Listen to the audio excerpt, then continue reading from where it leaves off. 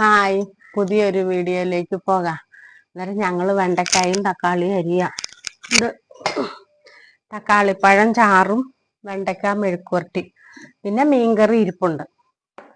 ഇത്രയും നമ്മുടെ ഉച്ചക്കത്തെ കറികള്. അന്നേരം ചില കാര്യങ്ങൾ നമ്മള് ആരും പറഞ്ഞാൽ വിശ്വസിക്കുകയല്ല, പക്ഷെ നേരിട്ട് നമ്മള് കണ്ടാലേ വിശ്വസിക്കുള്ളൂ. അങ്ങനെ ഒരു നടന്ന കാര്യങ്ങള്, ഞങ്ങളുടെ ജീവിതത്തിൽ നടന്ന കാര്യങ്ങള്. അന്നേരം ഞങ്ങൾക്കൊരു പൂച്ച ഉണ്ടായിരുന്നു. ഇളയ മോന് വീട്ടിൽ വളർത്തുന്ന ഏതൊരു സാധനത്തിനെയും വീട്ടിൽ കൊണ്ടുവരുന്ന ഒരു സ്വഭാവം ഉണ്ടായിരുന്നു കേട്ടോ. എന്നിട്ട് ഞങ്ങൾക്കൊരു പൂച്ച ഉണ്ടായിരുന്നു. ആ പൂച്ചയ്ക്ക് ഞങ്ങൾ സുറുമീന്ന് പേരിട്ടു.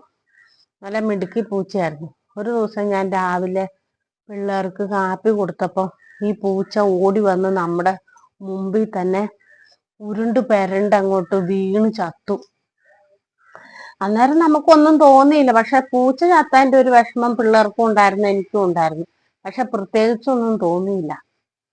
അത് കഴിഞ്ഞപ്പോ ഒരു 10-11 മണിയായപ്പോ ഈ ഇരിക്കുന്ന അമ്മ കിണറ്റിൽ വീണു.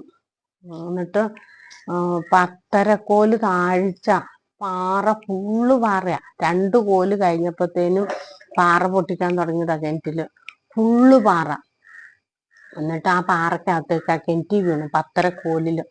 എന്നിട്ട് അമ്മയ്ക്ക് ഒന്നും പറ്റിയില്ല. അമ്മ ഈ റബ്ബറിന്റെ ബോള് വീണ പോലെ കിണറ്റി വീണു, എഴുന്നേറ്റു. പിന്നെ പേടിയുടെ ഒരിത് 2-3 മണിക്കൂർ ഉണ്ടായിരുന്നു. എന്നിട്ട് പിന്നെ അവിടെ ആശുപത്രിയിൽ കൊണ്ടുപോയി. അങ്ങനെ ഡോക്ടർമാർ പറഞ്ഞു കുഴപ്പമൊന്നുമില്ലെന്ന് പറഞ്ഞു. എന്നിട്ട് വീട്ടിൽ വന്നു. അതാ ചില കാര്യങ്ങള് നമ്മള് നേരിട്ട് കണ്ടാലേ നമുക്കത് വിശ്വസിക്കാൻ തോന്നുന്നു. പിന്നെ പണ്ടെല്ലാരും പറയും വീട്ടിൽ വളർത്തു മൃഗങ്ങൾ ഉണ്ടെങ്കിൽ അവർക്ക് എന്തെങ്കിലും പറ്റിയ വീട്ടിലെ അപകടങ്ങൾ ഒഴിവായെന്ന് പറയും.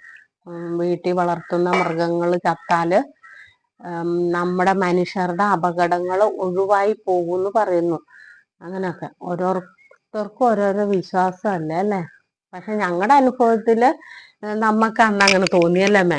നമ്മള് വീട്ടിൽ വളർത്തിയ പൂച്ച ചത്തപ്പം